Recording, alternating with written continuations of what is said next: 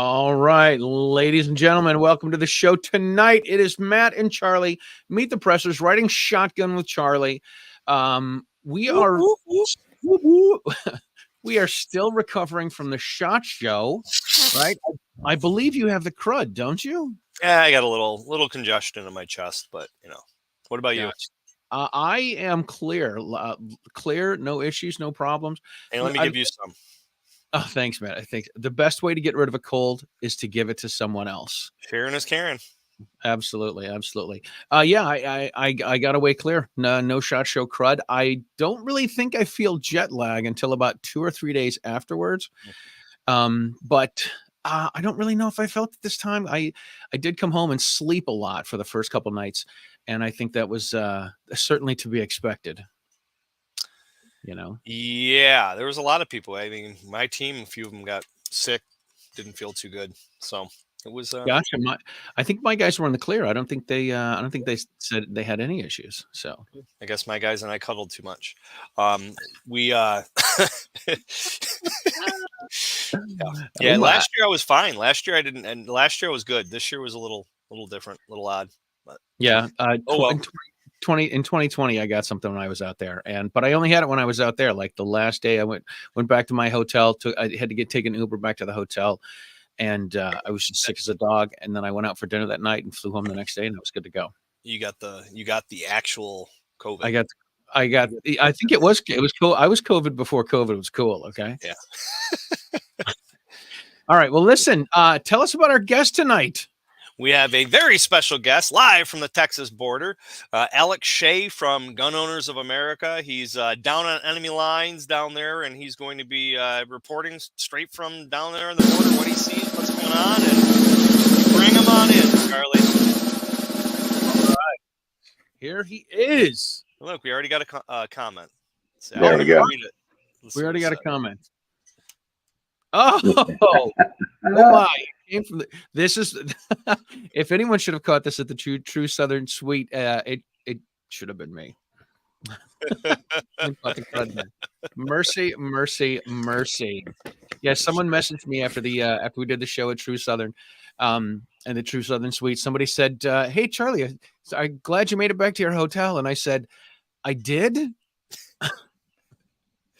Yeah, you were pretty rough, man. You were pretty rough. Yeah, looking forward for you to go out with us, but you didn't. Yeah. Let's get to Alex Shay. Alex is sitting there going, I'm here for the ride, the whole ride. Why do they bring me on? I got a time schedule here. I got stuff going on. So how is it down there? It is much warmer than it is in New York, that's for sure. And it's exciting. It's a very exciting time to be alive and to be an American and to see this. I feel as though I'm actually witnessing history in the making. Win, lose, or draw, this is going to be an incredible time. Something I can definitely tell the next generation about if they care to listen. Yeah, when we spoke a few days ago, and I came up with the idea of bringing you on and doing this, it's kind of reminiscent of like the Civil War in a sense, or some of our history, and it's sad that it's coming to this where we've got the states fighting against the federal government. But I mean, it's about time. I wish it would have happened 8 million illegal people ago. Yeah, this definitely creates I don't know if it creates a constitutional crisis. I don't want to be hyperbolic, but there is a compact that the people and the states have with the federal government, and that is, if I am remembering correctly, it is Article 4, Section 4 of the Constitution that requires that the federal government protect the borders of the United States, specifically from foreign invasion or any invasion. And so there are mechanisms in the Constitution under Article 1, Section 10, I believe. I'm not a lawyer. My parents love me, so I don't have this all memorized. But there is contingencies within the Constitution that were put in place because, at the time, horse-drawn carriages, it's not reasonable to think that someone in Washington, D.C. can necessarily react in real time. So if there was ever a delay in service, or if there's ever, even in our instance, where we may have a federal government that is captured or otherwise unwilling or unable to assist, it is we, the people, and the states that have to pick up the slack. And that's why we have organized militias, which are the National Guard. As we have seen, the Texas National Guard is doing a heck of a job securing their border. And now we have 1,000 more troops coming in from the National Guard of Florida. And don't quote me on it specifically, but I do believe South Dakota and Oklahoma have sent troops. And so we're very quickly, and of course, I'm from West Virginia. West Virginia has pledged that it will send troops. I don't know that it has as of yet, but I do suspect that they'll be coming down shortly. And there is the unorganized militia. So the unorganized militia are people just like you and me. That's why we have our First Amendment, our right to assemble, our right to association, our freedom of speech.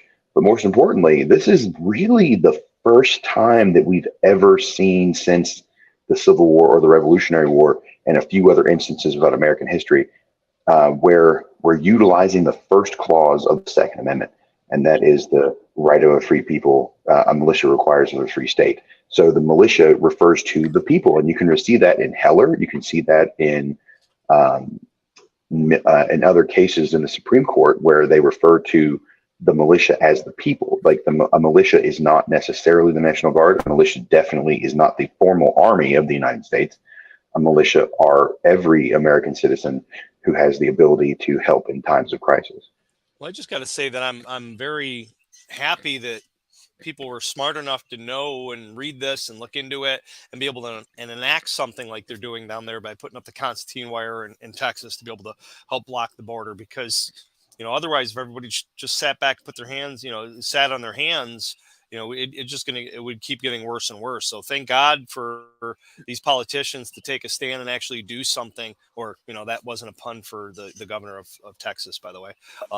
To get involved and do something to try to keep that influx from happening. Otherwise, who knows how much worse this is going to be. I mean, we're already at dire straits.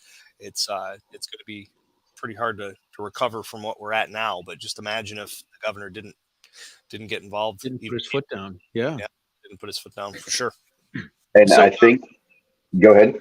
I was just going to say, I don't know, what brought you down there to do this? Well, I am very, very greatly concerned. Once again, I'm Alex Shay. I'm a natural-born American citizen. I was born in Beckley, West Virginia. And West Virginia and 33 other states, which is way more than half of, that's like 60% of the United States, have populations under the 6 million person mark. So in the past 3 years, the estimates flow between 6 million and 11 million. And even if you use the more conservative number, West Virginia only has 1.7 million people. Even if we round it up to 2, that's so many people coming in that basically wipes us off the map in terms of electoral representation when it comes to the House of Representatives. And then within one generation, these folks were going to have 1 to 2 to 3 children. And that's going to be, potentially up to 24 million new voters. And those new voters will be Americans if they are born on American soil, because that is how our Constitution works. But every single one of them are going to be suckling at the teat of the welfare state, and they won't know any better because they don't come from the cultural understanding of what the Constitution is. And so if you think that isn't very concerning, I mean, like legitimately, we're talking about 33 United States losing just almost all of their representation. And that's what we're about. No taxation without representation is the thing that got us into becoming a sovereign nation. And in the future, within less than 20 years, we will be seeing taxation without representation, because states like mine will just be overrun by these types of things. And don't let me sound negative about this migrant crisis that we're experiencing. These people are victims. These people are being used and abused by the people who would like to solidify that power. And they are doing so at the great humanitarian cost and great loss of life. There are 28 ports that you can genuinely go to on the southern border that are bridges. You don't have to go through the river. You don't have to travel through the desert. You can just go to these ports of entry and they'll process you legally. But because of what this administration has done in tearing down Constantine Wire and encouraging people, so much so they even send out like emails and flyers, and there's all these NGOs, and the United Nations is getting involved in trying to help these people cross the border. It is creating a situation where, for example, we have the federal government through the Department of Health and Human Services has lost 85,000 children. 85,000 unaccompanied minors are lost. They were in the custody of the federal government, and now the government is declaring oopsie daisies. And I'll leave it up to you to imagine what is happening to those children right now, because we don't know where they are. They are simply gone. You know, at some point, it boggles my mind that not more people, especially on the left, that are pro Biden, are not voicing their disgust for stuff like this. I mean, they champion that they're the party of the poor and the needy and everything, but this is just a perfect example of they're just all talk. They say what they want to say to get elected. They say what they want to say to get the money that they want, but they're doing nothing. They're doing nothing to stop this, to curb this, to help the people that need help. And they try to put it on the face that, oh, well, we're helping these people that are coming over that need help. Well, we got people in the United States that need help. You know, I mean, I don't want to sound selfish, but, you know, if somebody that I don't know comes to me and says, hey, can you give me some money when I've got my kid needs money? I'm giving money to my kid first, right? Family first. It's the airport. It's the airplane thing where you have to take care of yourself before you take care of others. And it's yes. You can't, if you have money and you give to charities, whatever your charity may be, if you don't have enough money for yourself, you don't have money to give other people. So you do have to take care of yourself. Absolutely. Well, Matt, you hit the nail on the head. I mean, you said that it's because they want to help these people. They want to do these things. This is literally them creating voter plantations.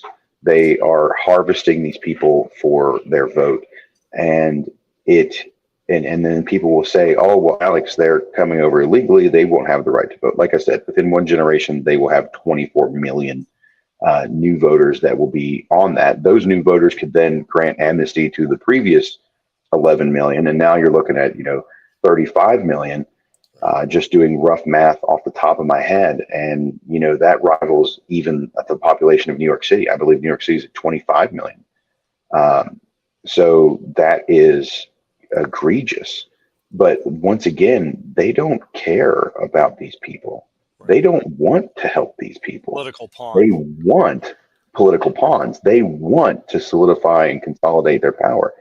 And that's exactly what they're doing. And that is why it is a crisis, and that's why the state of Texas and the 27 other states of these United States have decided to unify and put a stop to this madness. Did you say 20? So we're up to 28 now. I believe it's 27.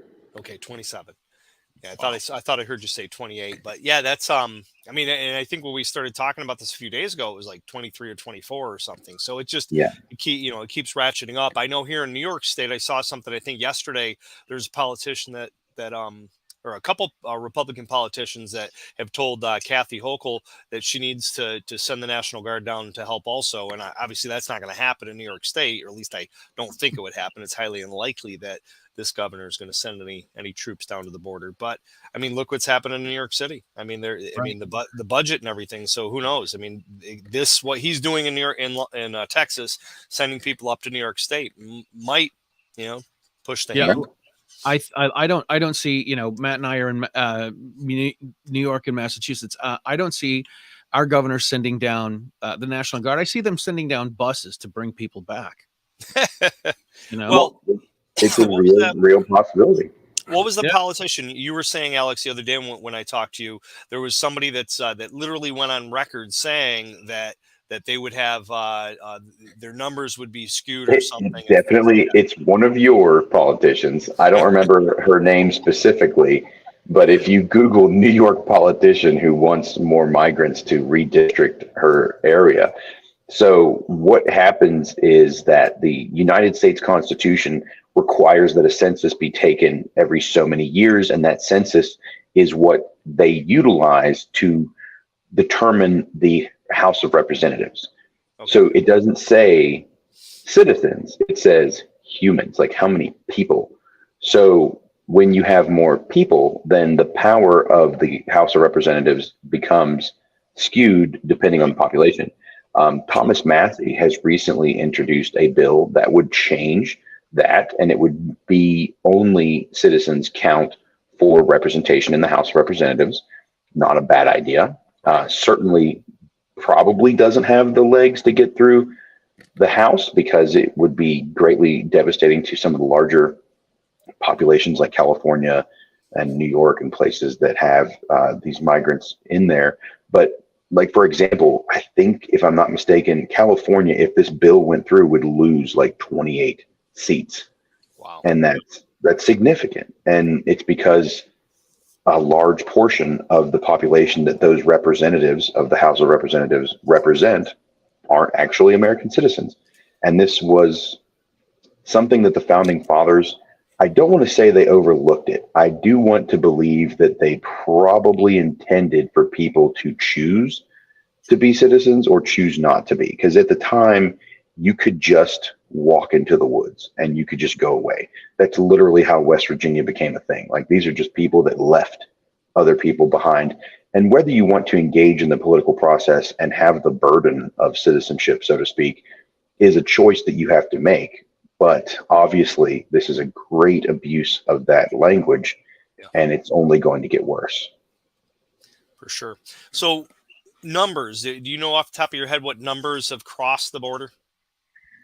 The estimates that I've heard are 6 million on the conservative side over the past 3 years, and something like 11 million overall. Because once again, these numbers aren't solid numbers. That 6 million is just what we know about. That is not any indication as to what is happening unseen. Right. The getaways, people that have gotten away.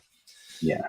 All right. And then the other thought on this, you had alluded to it as far as your heritage and stuff. If people can't tell out there, your skin's a little bit on the tanner side than Charlie's and mine. So elaborate a little bit on that and your history, because a lot of people are calling this, you're racist if you won't let people come across the border. And on top of that, a lot of people are fooled into thinking that a lot of people coming across the border are strictly from Mexico, which they're not. Right. Yeah. Mexico is dramatically not even the significant problem. Like, Mexico as a country is developing much more in the past, decade than ever before. The people crossing the border do tend to be Honduran, Ecuadorian, Guatemalan, Nicaraguan. You see, that's the Central American states. And the only one really that I'm aware of from South America tends to be from Venezuela. Venezuela is a failed socialist state, and people are escaping in droves. And it affects the country of my father's origin, Colombia, which is why I'm familiar with that topic. But my father is Colombian, my mother is American of Irish heritage, and that's how you get Alex Shay. And so that is, but to be fair, my father did immigrate to this country legally. My wife of 15 years as a Chinese citizen, she immigrated to this country legally. So it is not as though I don't understand. So I'm an American. I'm a first generation American. I come from a first generation immigrant from Colombia, and my wife is an immigrant from China. So I understand these processes quite well. And both of them, if you ask them, would say that we are all, and I believe all Americans are, pro-immigration. We want legal immigration. Legal immigration is the name of the game, and that's how you prevent these humanitarian crises.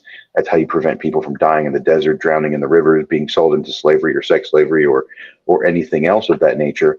But also, we have like assigned numbers, like Social Security numbers, like USCIS numbers, so that they can legally work, so they can legally study, so they can legally be a part of our system. And those things are very, very important. It has nothing to do with race. It has everything to do with the rule of law. This would be just as dramatic and as much of a crisis if it were the Canadian border. If we had a bunch of Canucks coming over and they were all their fleece as white as snow, coming across the northern border and flooding in and changing the processes that we have in our Constitution when it comes to the House of Representatives, and putting a burden on our welfare state, which is already a horrific problem anyway. Yeah. This is creating greater and greater stress. And myself as an American, I'm paying more and more taxes. My money's being diminished greater and greater because the government continues to have unsecured spending. And for the first time in history, our debt is greater than our income. So the interest on our debt is greater than our income. So I don't even know what that means in terms of how does that even work? Because I have credit cards, and I can't just have credit cards greater than the income of me yearly. But that's what we have here in this country. And with these folks coming in more and more, it's putting greater and greater stress on it. So I'm paying more as an American. I'm getting less representation as an American. And I'm just supposed to sit back and take it with a smile on my face? Like, absolutely not. And I know exactly how it looks to do it the right way, regardless of your skin color. It's almost like we would strive to be judged by the content of our character and not by the color of our skin. Yeah. And when you look at these people coming across the border, and the content of their character is to commit multiple acts of crime against the United States, first by breaking in, secondly by continuing to stay, and then third by not reporting to their court cases, fourth by working, and so on and so forth. And it just cascades into more and more madness. Yeah, for sure. I had back in my previous life, I used to be a musician, and we played the band I played in. We had a couple guys that were from Japan, and these guys, one of the guys would go back to Japan every whatever it was 3 or 4 years to get some paper signed and stamped so he could stay in the United States and keep on working. One of the other guys did not do this, and I was like, "Are we going to get in trouble for like employing a guy that doesn't, that's now an illegal alien?" And I'm like, I don't really know if I'm cool with this. But the other guy spent thousands of dollars to get on a plane to go back to Japan to whatever it is, 18 hours or something crazy to fly there just to have some paperwork done so he could come back and keep working here legally. So I remember I didn't start paying attention to politics or anything until I was an adult, and I'm gonna use air quotes when I say adult because I was still a musician. But I was in my 30s paying attention, or starting to pay attention to this, and I remember Ted Kennedy saying, and Ted Kennedy, I remember hearing Ted Kennedy say, "We need a pathway to citizenship," and I'm like, "We do have a pathway to citizenship. It's long, it's expensive, it's a pain in the ass, and it's what it is. We shouldn't be letting people come over here and stay here." Totally. And that's what you're hearing from the Biden administration. And I believe Kamala also came out, Kamala Harris, and she said that we need more money, we need more funding for the border so they can process people faster and get them a pathway to citizenship. No. So that's just an accelerationist way of getting to what I've been alluding to in this whole conversation, which is they're here, they're already skewing our House of Representatives count, and then within one generation, they'll be greater than the population. Currently, they're greater than the population of 33 states, but in one generation, they'll be greater than the population of like almost all of the states. Everybody, yeah. And so, while you're down there, see if you can find Kamala and Joe and have them talk with them about this. Oh wait, they won't be there. Never mind. Yeah, they don't go that close to the border. It's the border's secure. The border's secure. I'll get right on that, brother. Yeah, awesome. Have the mariachi band stop playing and have a little talk with Joe and Kamala. Now there's two things that I'm that come to mind here. One is there's, and you guys might know better than me, but isn't there something in the law that says that they cannot come from more than one or two countries reserved, so they can't come from another country through Mexico. They have to come from Mexico. Isn't there something like that? Or maybe it's two connecting contiguous countries. They're not able to travel through more than one or two countries to get to the United States. Or I thought I read something like that or heard something like that. You guys familiar with that? I couldn't speak to that. No. Yeah. I haven't heard that either. Yeah, we can't remember where I read it, but I'm pretty sure that's part of like our immigration, where if they're coming in through, they can't hop through multiple countries to get to our country. But well, I could be mistaken. But I mean, it makes sense. Like if you're coming through one country for help, why wouldn't you stop in that country for help from that country? Because that country's we eliminated those programs. We had the stay in Mexico programs, and through Title 42 and the border wall that was supposed to go up, And those are all things that were eliminated through executive fiat by the Biden administration. That's why, like, what is it, 4 years ago during the previous administration, Equal Pass had the lowest level of immigration in 40 years. In 40 years, we had the lowest levels because the policies in place did not encourage or incentivize these people to come across the border in the way that they're doing it. But right now, there's NGOs, there's nonprofits, there's even some whispers of the UN encouraging, emailing, and supporting people to get across. And when you look at, who is coming across, the vast majority, like I mentioned before, Ecuadorian, Honduran, Uruguay, Nicaragua, things of that nature. But there are more and more, you're starting to see military age males from Asia or from Africa. And those people are definitely jumping more than one country to make it to the United States. And what's happening is that they're being encouraged to come here. Incentive. And I've even had conversations in airports, as I basically live in airports, with individuals that have said, my family in Senegal, for example, they were sent emails encouraging them to do this and that they would have support and they would be given money and cell phones and things of that nature. Now, that is hearsay, and I don't want to speak to that directly. That's just what I heard in a conversation I had with people who said this madness has to stop. For sure. Now, go ahead, Charles. I was just going to say the age of these people, the age and the gender, or how they identify, of these people are all, everything that I've heard is they are men that are in their 20s that are military age or young, early 20s. And we saw with, like we mentioned before the show, with the incidents of the immigrants that beat the crap out of a cop in New York City this week. They get out of prison, no bail, and they get out and flip the cameras off. So these are not necessarily people that are looking for help or looking for a better way of life. They're looking to destroy things. Once again, I don't believe that they are the victims. It's not their fault that we enticed them here or that we're holding them and then releasing them without bail. These are all failures of our government. These are failures of the federal government, failures of the city and states that these are occurring in. Totally. It's sort of like, if you can't expect people to behave or to adhere to a code of justice if there is no code of justice to adhere to. Mm-hmm. So we made our bed and we will lie in it, and that's an extent to it.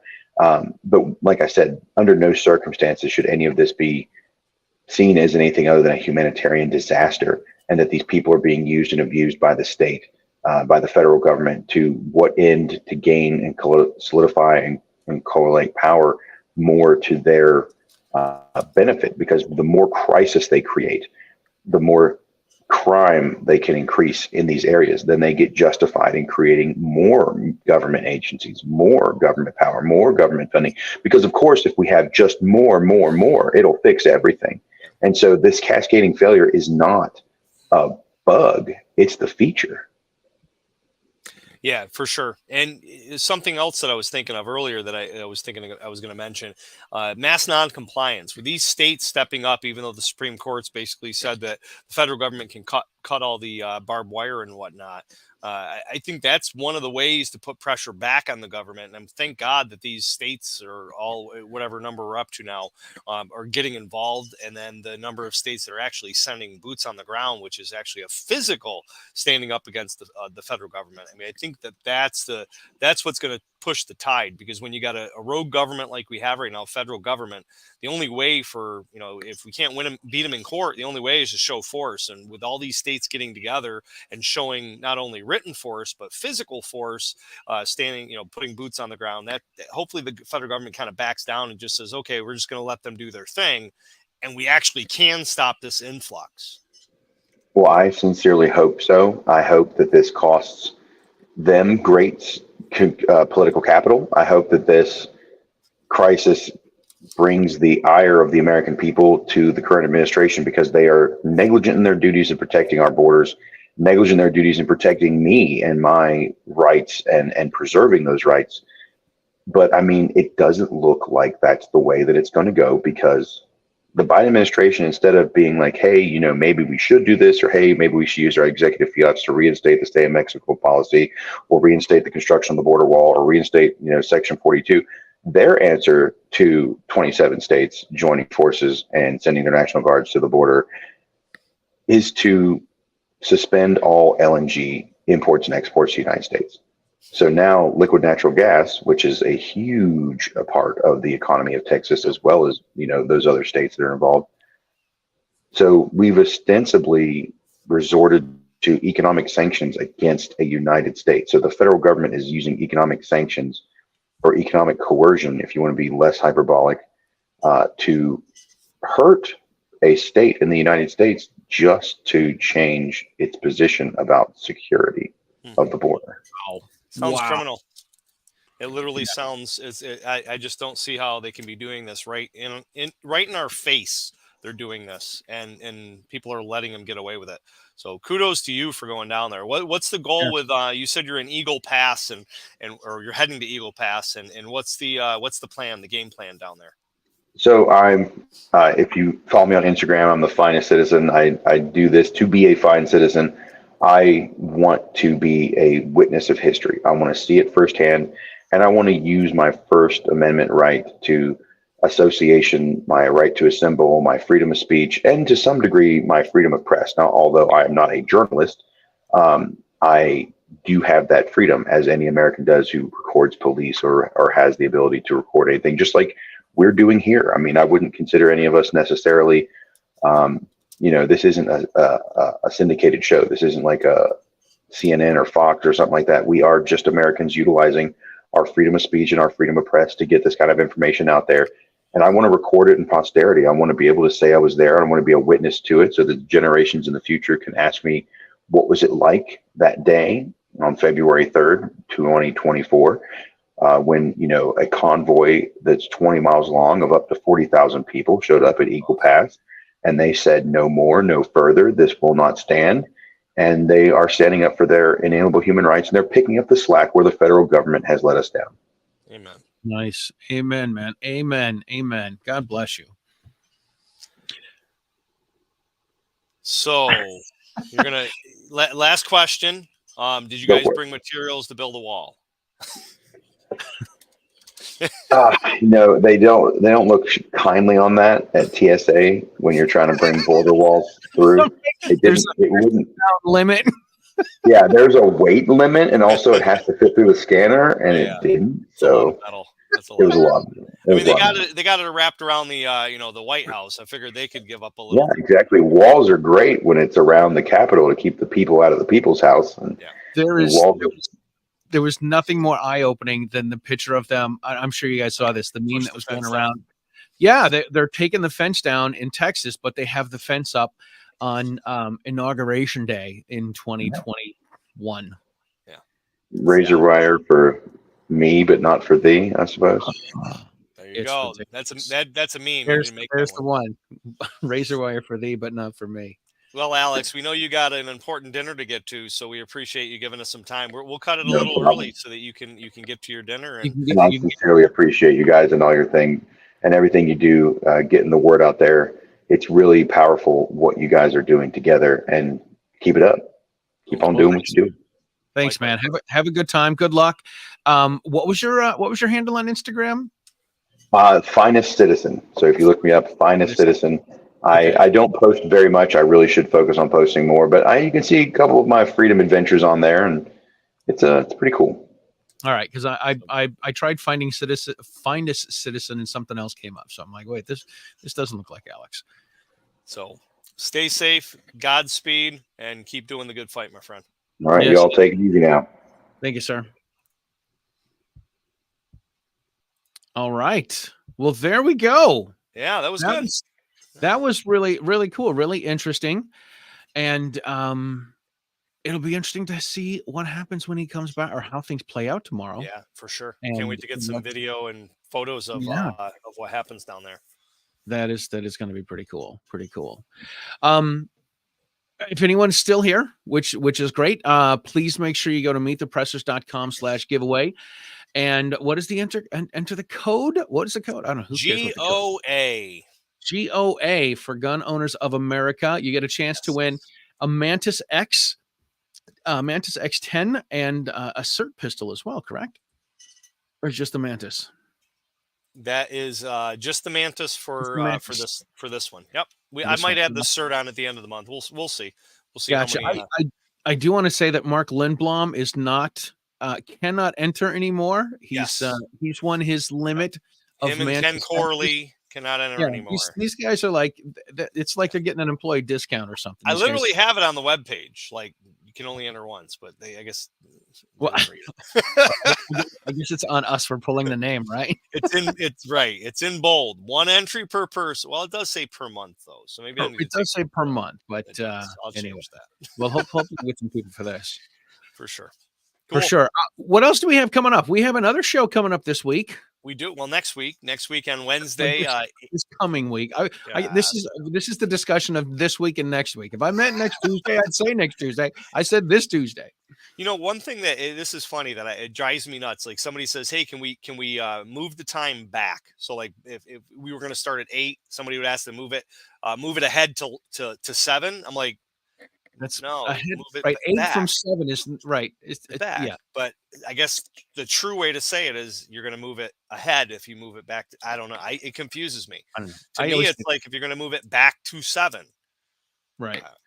It can't be a gun buyback if they didn't have it in the first place. We can't move it back to 7 because it wasn't at 7. It was at 8. I like it. Yeah, so next week, Wednesday, 8 p.m. Eastern Standard Time, same bad channel, same bad place. We are going to do a SHOT Show recap.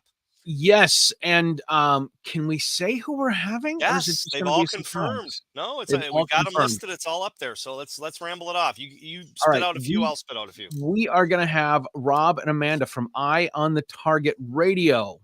Yes, and we're going to have Rob Pincus, and we're going to have Clover Tactical. Clover Tack's going to be here. He's a great guy. He understands all of the StreamYard and the YouTube stuff, which is fabulous. Who else are we going to have? Kevin Dixie. KD is going to be here. That is awesome. And is Luke Williams coming? Yep. Because you said to me, you're like, hey, see if Luke can come. And I texted Luke. I'm like, hey, do you want to come in? He's like, yeah, Matt just asked me. I told him, yeah. Why is this guy making me look like an idiot? Yeah, when you said that, I was like, well, I got to get everybody's email address to send out the welcome email. So I was like, yeah, whatever. So I know I should have just let you handle it. But yes, Luke's going to be on, and then also Mike Pawarski. And yes, Mike Pawarski. Earl, yes, I think they're both going to be on from Arms Room Radio. So we got Mike Pawarski and Earl Boone. Earl Boone is the great grandson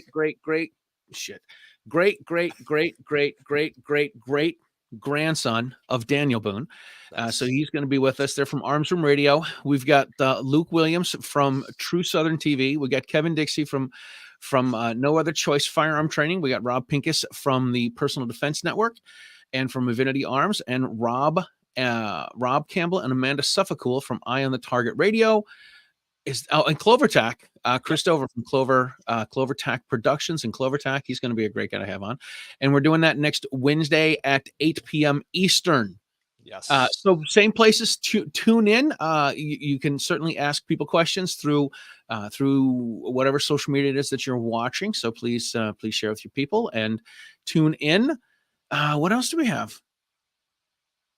I mean, that's it. National travels. You got anything going on? Yes.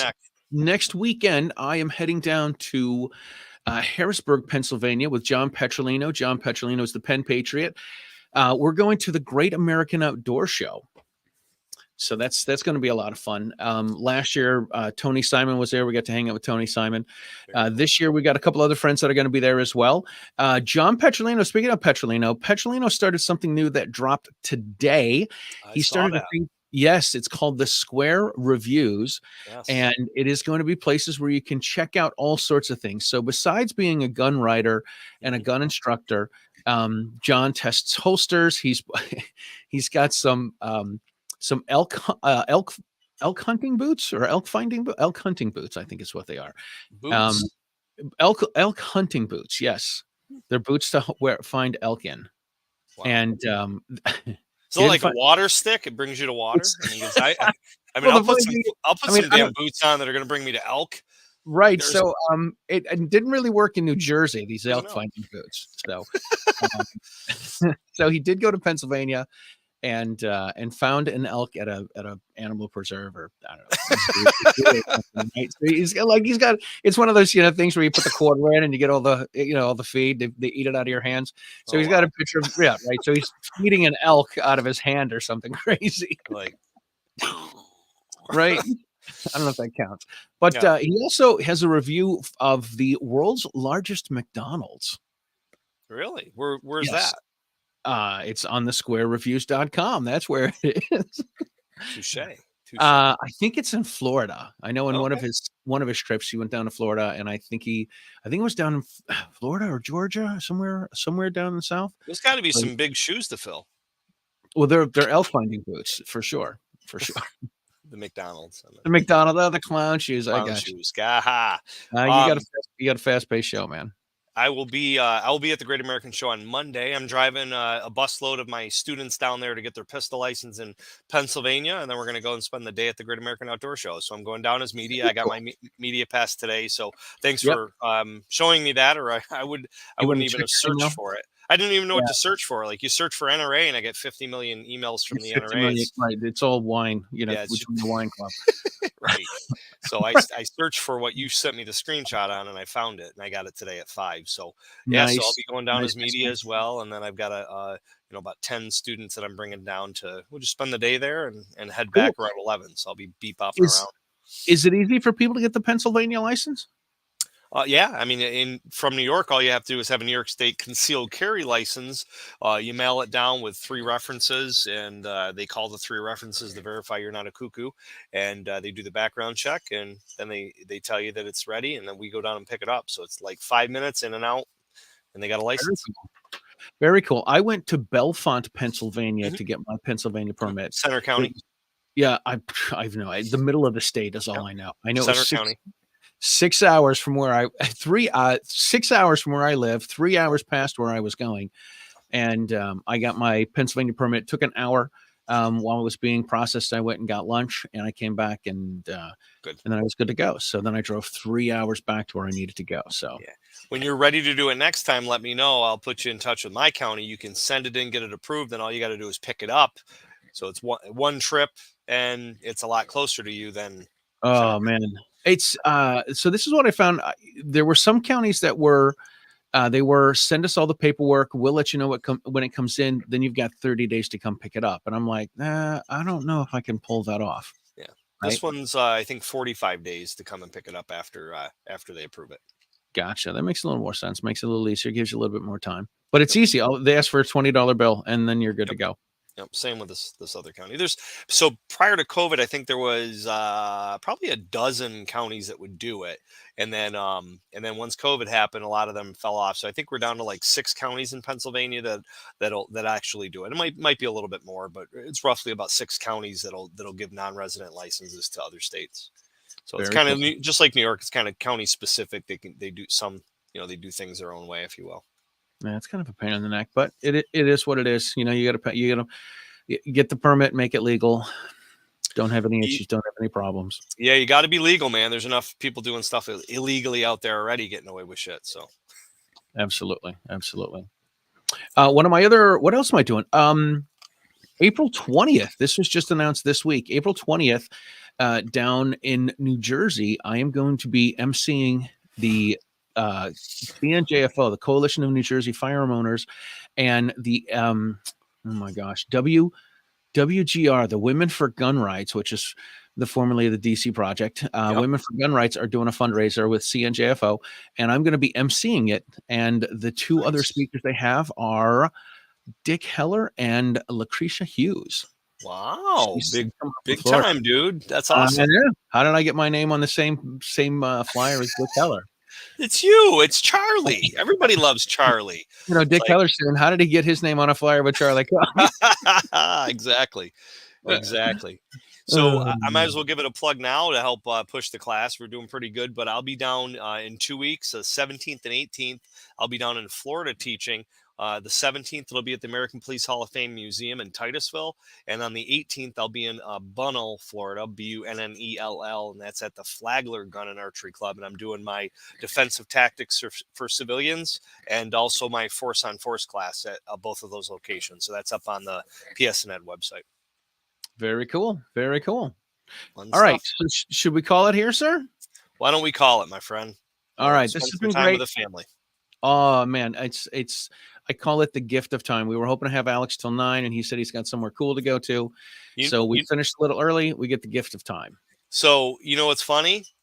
Maybe we should spend a couple seconds because I posted saying post your questions, and nothing popped up on my feed. Do you have questions? Did any questions pop up on yours? Nothing came up on mine. Do this. Click to banners and then click back to comments, and you'll see a crap load of questions. Oh, what? Right. Something happened. I was like, nobody's Oh commenting. my God. Where did they come This from? sucks. I mean, we had the one from True Southern TV. I posted that, and then after that, there was nothing.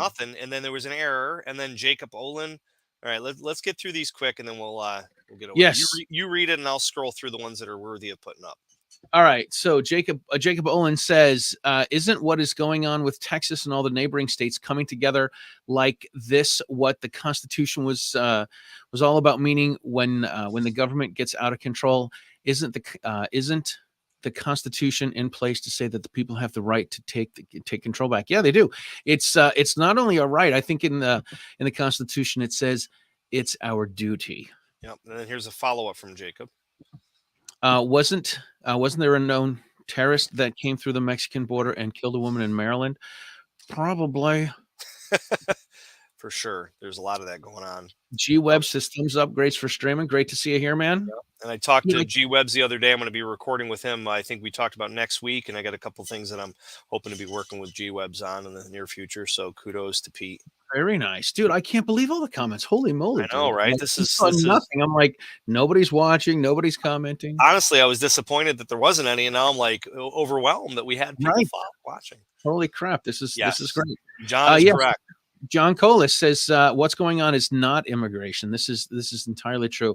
The 9/11 report said failure to vet people entering our country was a primary cause-effect failure that enabled the attack. What we have now is thousands times worse. Yep. And so Jacob Olin's got more, man. He's filling it up tonight. He's on fire. He says also, how do you think this is going to affect the law-abiding American citizens who legally concealed carry? What repercussions do you think would arise if a law-abiding citizen with a concealed carry permit got in a situation and they had to take action? That is a great point. So I've been saying this since when was Bruin? June 23rd. I've been saying this since probably the June 25th of 22. We live in occupied territory, right? We make no qualms about it. I live in Massachusetts. You live in New York. Your state came out and said, hey, we're going to make every place a sensitive area. We're going to have the Concealed Carry Improvement Act. And atrocity. And it's right. Exactly. And it's all of that nonsense. My state decided to wait a year and then take everything that was going on in New Jersey and in New York, put it in one big bill. And it was a fiasco. So our then governor, our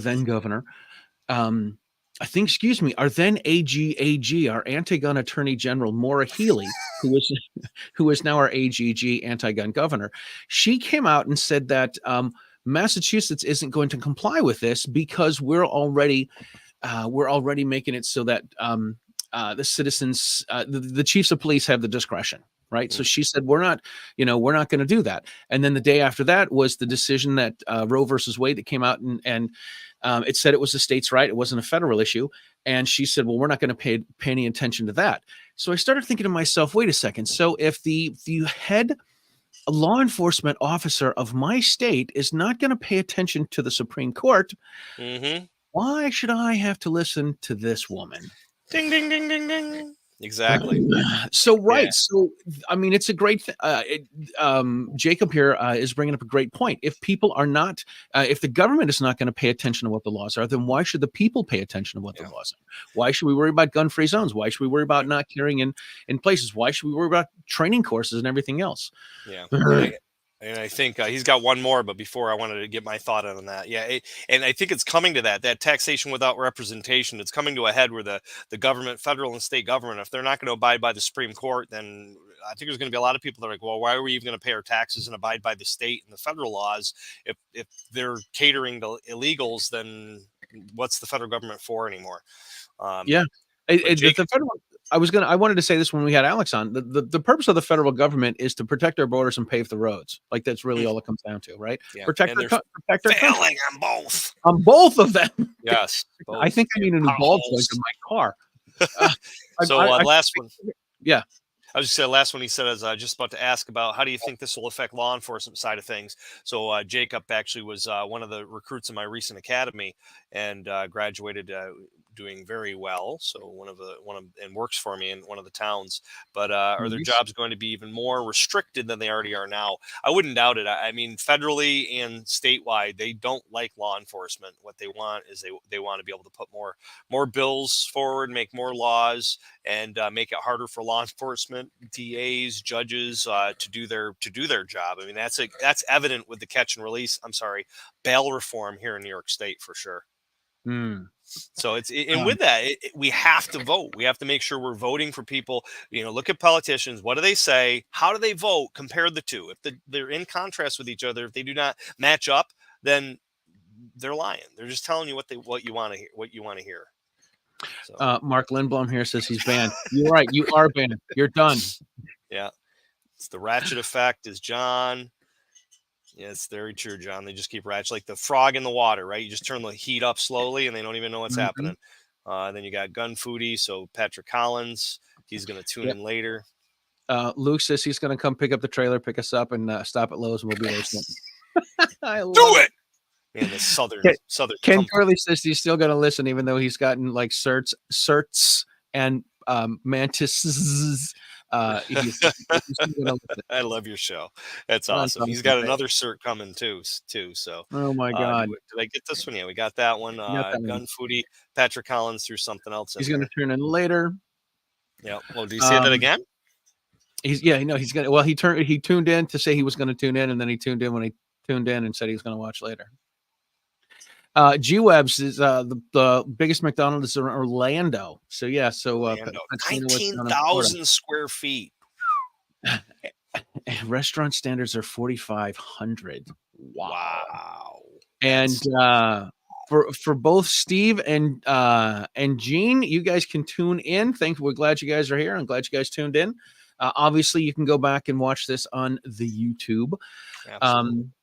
If you haven't, if you're watching and you haven't emailed meetthepressers.com/giveaway, the code for today was GOA.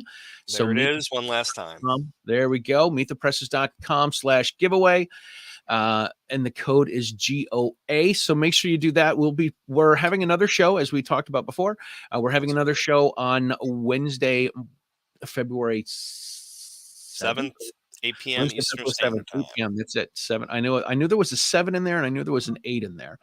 You know what we should do? We should have the image ready so that at the end of one show we can say this is our next show. I just thought of that.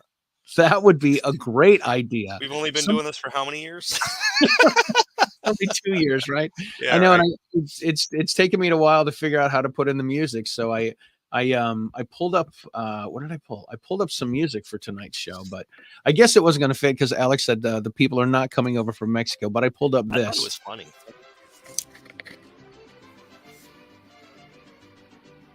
There we are. Ole. All right. So yeah. So good times, Charlie. Good times. For sure. Yeah, I think we got all the comments. Yeah, a couple extra minutes with the family. Thank you guys for tuning in. Please tune in again next Wednesday, February 7th at 8 p.m. Eastern. We're going to have Rob and Amanda from Eye on the Target Radio, Rob Pincus, Luke Williams from True Southern TV. We're going to have Mike Pewarski and Earl Earl Boone from Arms Room Radio, and who else? Kevin Dixie. Kevin Dixie. How can I forget Kevin Dixie? Kevin Water. Dixie from No Other Choice. So please tune in then, and we'll have all the giveaway stuff up then, and we will see you guys see you soon. Thank you guys for tuning in.